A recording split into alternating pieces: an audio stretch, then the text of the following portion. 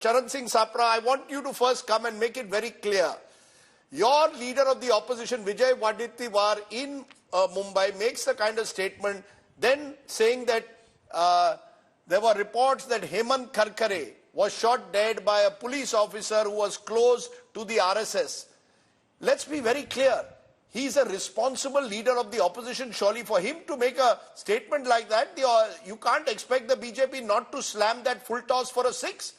I mean, are you effectively telling me that Hemant Karkare was killed by his own and not by Ajmal Kasab and the terrorists? I mean, these are the kind of ludicrous statements that you make that give the entire ammunition to the BJP. And now you all are red-faced.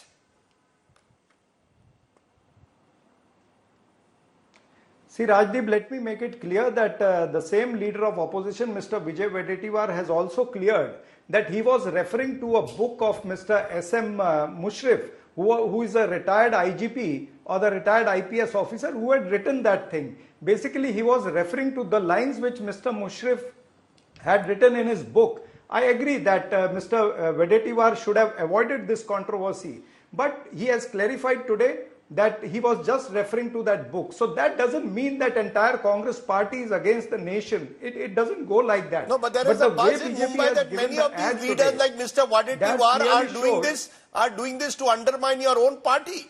I mean, the buzz is that here is Mr. Wadettiwar, who is known to be close to Ashok Chavan, who has already switched sides to the BJP. Is this all a prelude to embarrass your party?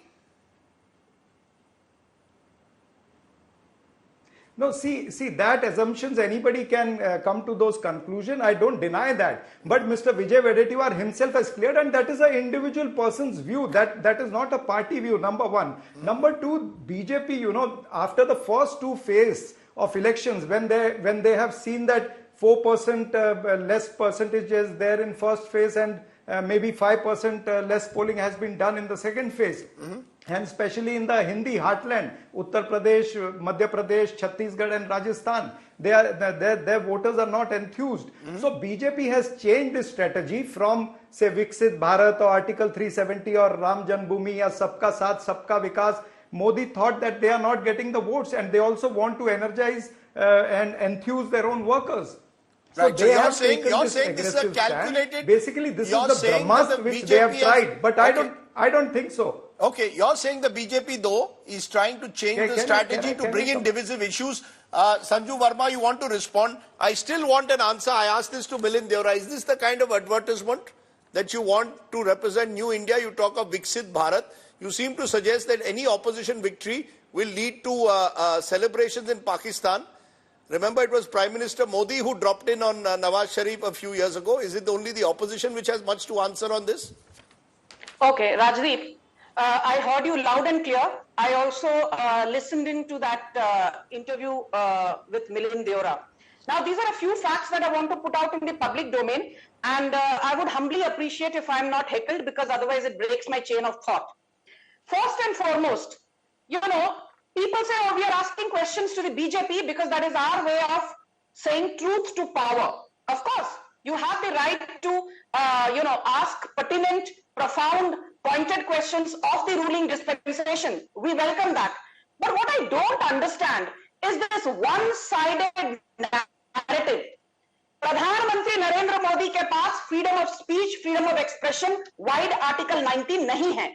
But everybody else in the country has the right to malign, abuse, and denigrate the office of the Prime Minister, particularly Narendra Modi. And I'll give you a few examples which will answer the question that you've asked of me. Rahul Gandhi goes to Cambridge. He says, why is it that America and the European Union are quiet when a large chunk of democracy is coming undone in India? Clearly hinting at balkanization of India. Then we have, of course, Vijay Wadettiwar, the LOP of Maharashtra Assembly, who says Hemant Karkare was not killed by Lashkar-e-Toiba or Pakistanis. Hemant Karkare was killed by a cop who was very close to the RSS. And what does the entire Congress cabal say? Rahul Gandhi, who has an opinion on everything under the sun, इनके मुंह में ताला लगा हुआ है. Priyanka Vadra, who used to scream लड़की हूँ लड़ सकती हूँ, इनके मुंह में ताला लगा हुआ है. Sonia Gandhi, इनके मुंह में ताला लगा हुआ है. Now let us be very clear about one thing. A few months back, Defense Minister Rajnath Singh said, we have not ceded an inch to China. Union Home Minister Amit Shah said, we have not ceded an inch to China. External Affairs Minister S. Jaishankar said we have not ceded an inch to China. After that, Rahul Gandhi has the audacity to say, and look at the language, because BJP is often accused of lowering the level of public discourse. I want your audience, Rajdeep, to know this. What were the exact words of Rahul Gandhi? अरे आपको पता है चीन की सेना भारत के अंदर घुस आई और हमारी सेना की खूब जमकर पिटाई की.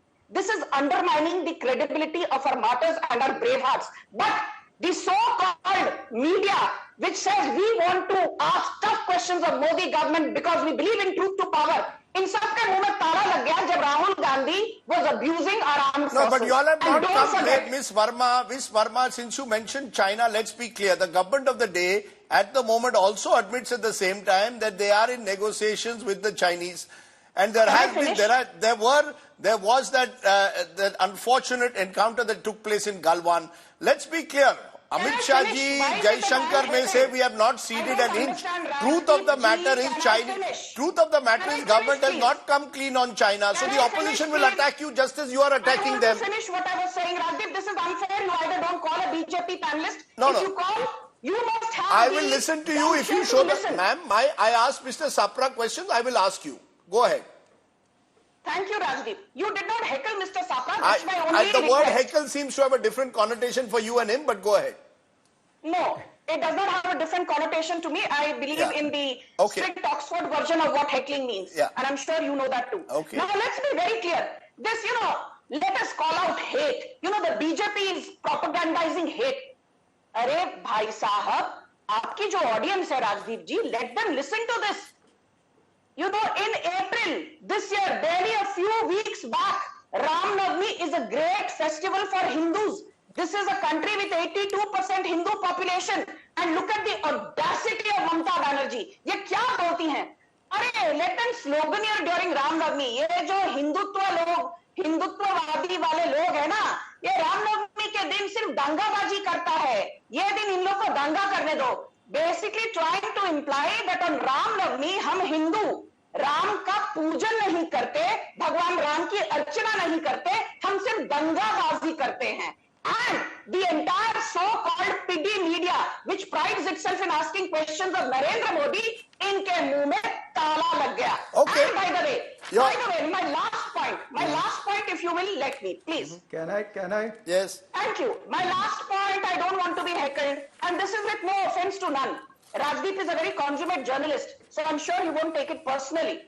Sagarika Ghosh, the newly minted MP, Rajya Sabha MP of TMC, she says, it is shameful and disgraceful that Brij Bhushan Sharan Singh's son Karan Singh has been fielded in his place.